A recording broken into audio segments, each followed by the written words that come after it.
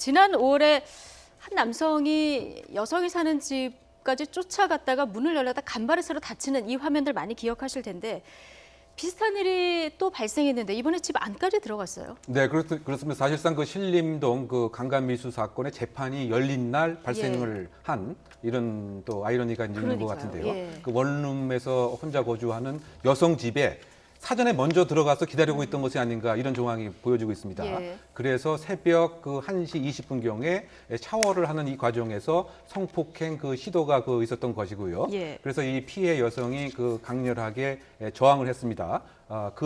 와중에서 타박성을 입게 되었고요. 그래서 이 용의자는 현재 그 도주를 했습니다만 예. 경찰에서는 CCTV 등을 통해서 피의자를 일정하게 특정은 현재 한 것으로 알려져 있습니다. 어쨌든 강간에 대한 시도가 있었기 때문에 또 피해자가 다쳤기 때문에 현재 강간치상의 혐의를 받고 있는 사건으로 요약할 수 있겠습니다. 예.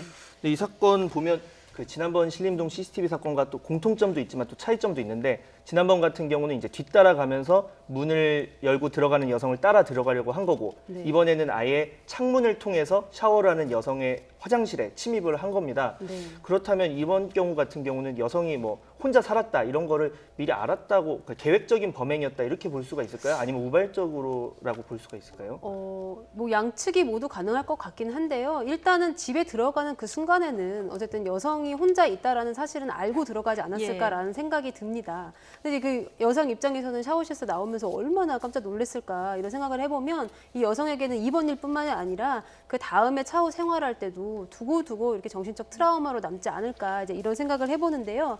일단은 강간치상 혐의는요. 실제로 이 강간이 성립되지 않더라도 그러니까 기수에 이르지 않았다고 하더라도 그 과정에서 그러니까 상해를 입게 되면은 강간치상 혐의가 적용이 됩니다. 그럼 네. 실제로 강간은 그 기수에 성립하지 않더라도 그 과정에서 다치게 했다면은 이제 강간치상죄가 예, 성립된다. 그렇습니다. 예, 그렇다 보면은 이 강간치상 혐의는 형량이 또 굉장히 높아요. 무기 또는 5년 이상의 징역입니다.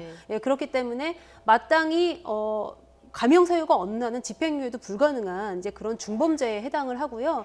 근데 지난번 그 신림동에서 왜 원룸에 따라가다 문을 열려다가 실패한 그 사건이 있지 않습니까? 이제 그 사건 같은 경우에는 애당초 이제 주거 침입 강간 혐의에서 시도를 하다가 미수에 그쳤지만 이 사건 같은 경우에는 강간이 미수에 그쳐서도 예. 강간치상은 기수에 이미 이르렀습니다.